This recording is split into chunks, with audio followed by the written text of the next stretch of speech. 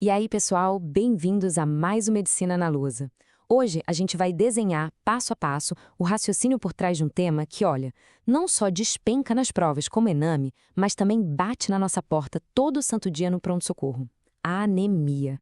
O nosso foco aqui é organizar as ideias de um jeito que fique fácil de lembrar, para gabaritar na prova e, claro, resolver os casos na prática. Vamos lá?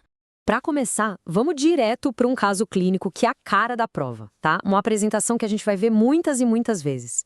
Chega uma senhora, 62 anos, com aquela queixa clássica: cansaço, falta de ar, não aguenta mais fazer os exercícios de antes. No exame, a gente vê palidez, umas feridinhas no canto da boca, um sopro no coração. E aí, o que a gente faz primeiro? Já começa a tratar? Pede mais exames? Essa é a grande dúvida que a gente vai resolver hoje. Então, para a gente não se perder, esse aqui é o nosso mapa do caminho. Vamos passar rapidinho pela definição, depois mergulhar no diagnóstico e nos exames, focar no diferencial mais importante, montar um algoritmo de tratamento e, no final, aquelas dicas de ouro que garantem o ponto na prova. Bom, tudo começa por aqui.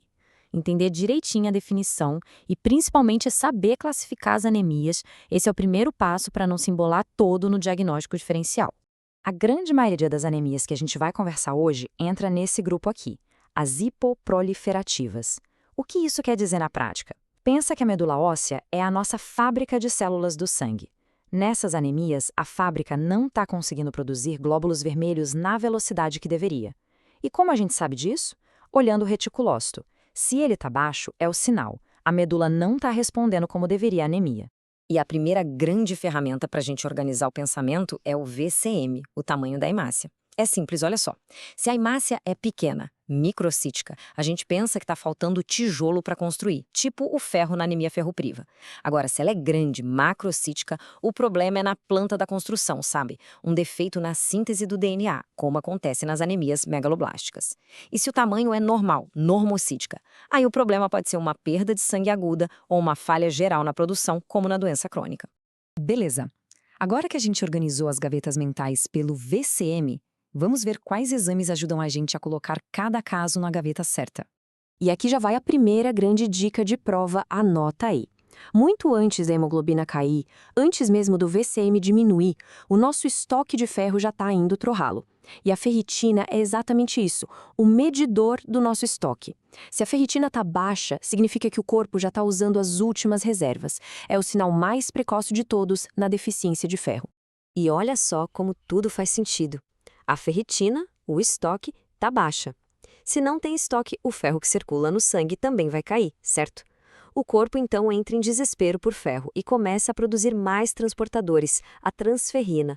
Por isso que o TIBC, que mede essa capacidade de transporte, vai lá para cima. Só que não adianta ter um monte de transportador se não tem ferro para carregar. Por isso a saturação fica baixíssima. E o RW alto? Ele mostra o caos na produção. A medula, tentando compensar, começa a fazer hemácias de qualquer tamanho. É a anisocitose. Agora vamos para o outro extremo, o das anemias com hemácias gigantes, as macrocíticas. Aqui, o problema não é falta de tijolo. O problema é um erro na planta da célula. A falta de B12 ou de folato atrapalha a duplicação do DNA. O citoplasma da célula até amadurece, mas o núcleo fica para trás, imaturo. O resultado é essa célula enorme e que não funciona direito. E essa imagem aqui, nossa, ela ilustra isso perfeitamente. Esse defeito na maturação do núcleo não afeta só as hemácias, não. Afeta todas as células que se dividem rápido. Dá uma olhada nesse neutrófilo. O núcleo dele está todo quebrado, com muito mais segmentos que o normal. Esse achado é praticamente a assinatura da anemia megaloblástica. É uma imagem clássica de prova, não pode esquecer. Então, o que a gente tem que guardar do laboratório? Além da macrocitose, é comum ter pancitopenia, ou seja, tudo baixo, porque a produção de todas as células está prejudicada.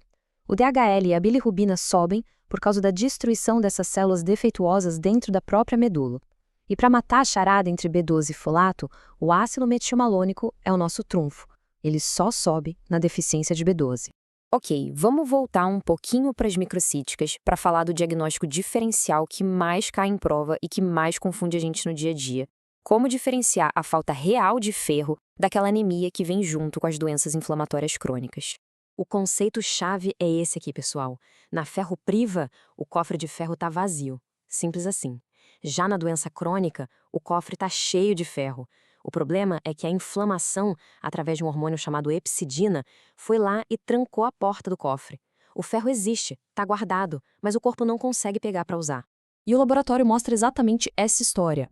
O ferro no sangue vai estar baixo nos dois casos, porque em nenhum dos dois ele está disponível para uso. Mas olha a grande diferença.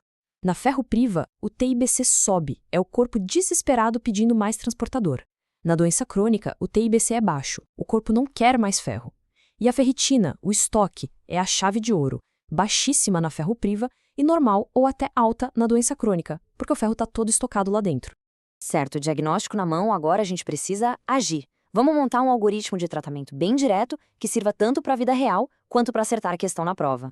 Na anemia ferropriva, o passo número 1, o mais importante de todos, é investigar a causa. Não adianta só repor o ferro. Em uma pessoa mais velha, isso significa investigar o trato gastrointestinal para excluir um câncer. O tratamento em si é com ferro oral. E uma dica prática: tomar com suco de laranja ajuda a absorver. E o mais importante, o tratamento só acaba quando o estoque, a ferritina, estiver normalizado. Não basta só a hemoglobina subir.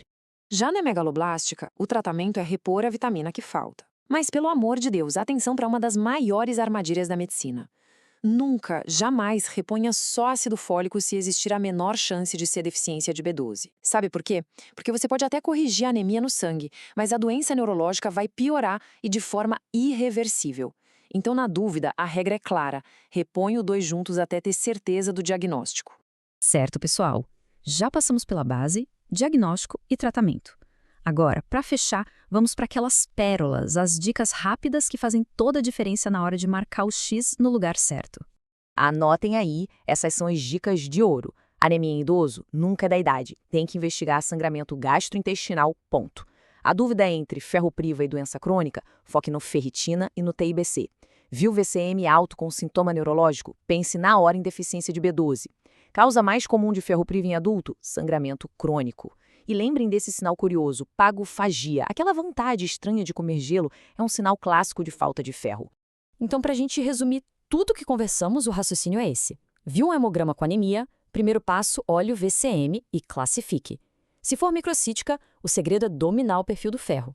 Se for macrocítica, o neutrófilo hipersegmentado e a clínica neurológica vão te dar o caminho. E a mensagem final que eu quero deixar é essa: os exames são ótimos, mas a clínica é soberana. A suspeita nasce da boa anamnese e do bom exame físico. Se a gente entende o porquê das coisas, a fisiopatologia, o resto vira uma consequência lógica e fica muito mais difícil errar uma questão. Se essa nossa análise aqui na lousa ajudou a clarear as coisas, se inscreve no canal e comenta aqui embaixo qual outro tema de prova você quer ver desenhado. Até a próxima!